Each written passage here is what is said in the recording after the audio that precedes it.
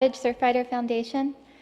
I wanted to first note that the area about which we're speaking belonged to the Costanoan-Rumsen-Ohlone tribe, I hope I'm pronouncing that correctly, who existed peacefully in the region for thousands of years before Spanish missionaries arrived in the 1760s.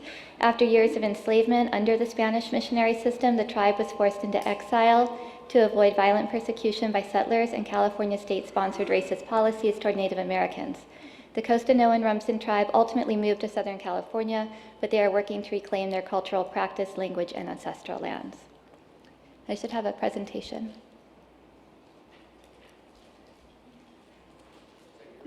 That's not mine.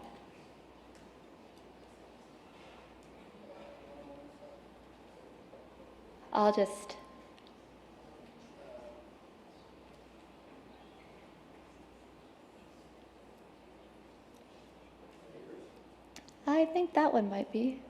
That looks like one of our slides, but okay. I will power ahead. We commend staff's diligence regarding the Pacific Grove LCP update, and we generally support the update with staff's suggested modifications, but we do have two major concerns. One is regarding the coastal armoring policies, and the other is the definition of redevelopment. We submitted a letter with our concerns, and I hope you've had the chance to review it. The trail system that borders the cities is indeed a crown jewel of the California coastal trail system, as the staff report describes. It provides a continuous access way around most of the city's coast and magnificent views for the public. The city's LCP update relies on the 2015 City of Pacific Grove Climate Change Vulnerability Assessment. The assessment predicts impacts to the coastal trail due to sea level rise in the coming decades and episodic floodings from 100-year storms. The recent IPCC report predicts we will start to see 100-year storms every 5 years due to climate change, and indeed trends indicate as much. I had a map to show you, but we'll move forward. It is clear, you'll have to trust me, and I know you've seen the maps, that we need to address coming impacts to the coastal trail and the city's coastal parks and visitor-serving amenities. The city's LCP policies allow for armoring of the entire coastal trail as an existing structure, including newly built or rebuilt sections, which is an exception to the clear Coastal Act mandate that new development not be allowed coastal armoring. This will ultimately destroy the public's natural resources and could set a terrible precedent by drowning offshore rocks and habitats when the rising seas meet seawalls instead of being able to migrate inland. The policies do mention that the city will evaluate potential non-armoring alternatives before armoring the trail. However, the LUP itself states that the city has historically sought to remedy erosion through a seawall and riprap revetment construction program and other shoreline armoring. There is no evidence to support that this historical line of action will change or that the city will go out of its way to find alternate routes for the coastal trail. Surfrider is the leading organization when it comes to fighting for coastal access. We're great supporters of the coastal trail and to the benefit it provides for residents and visitors alike. However, the coastal trail is intended to be located within sight, sound, and scent of the ocean, not necessarily immediately adjacent at all locations, and certainly not at all cost. Otherwise, our entire coast would end up armored once the vision of a continuous trail is accomplished. There are places along our coast where it does migrate away from the shore for safety reasons.